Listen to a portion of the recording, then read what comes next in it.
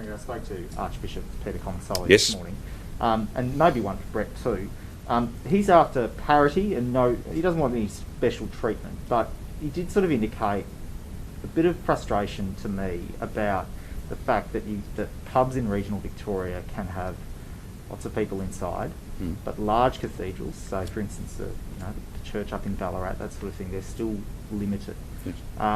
Is there any discussions booked with religious communities or any changes possibly on the horizon there? I understand there's been pretty high level talks there with Deputy Premier Molino as well. There's been ongoing discussions. I had some texts with the Archbishop yesterday as well, and I've committed to have a conversation with him this week, and if we can get more done faster, then of course we will. But it is based on public health advice, and whilst I'm not criticising His Grace for making comparisons between hospitality venues and churches, I think it is important to recognise, and I've made this point a few times, I think a licensed, heavily regulated environment like a cafe or a restaurant or a pub is very different to what might happen indoors in a faith setting.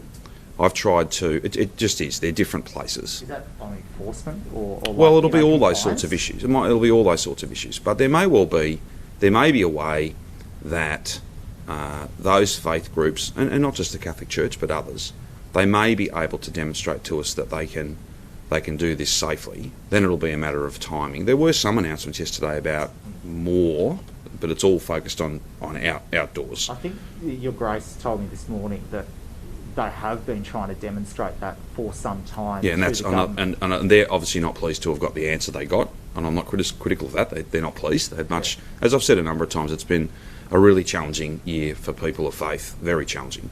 And I'll speak with the Archbishop personally a bit later on this week, and if we can make any changes there that we believe are safe. Because that's the other thing too, it's that balancing act, and I think that whilst faith leaders want to get back to something approaching normal, they're also very concerned to do only safe things. The last thing you'd want would be an outbreak amongst people coming together to celebrate Mass or on Friday prayers or whatever it might be, or going to shul on a Saturday morning. You would not want the virus to get into an environment like that, whether it's us, people who are going, or indeed the person who's conducting the service.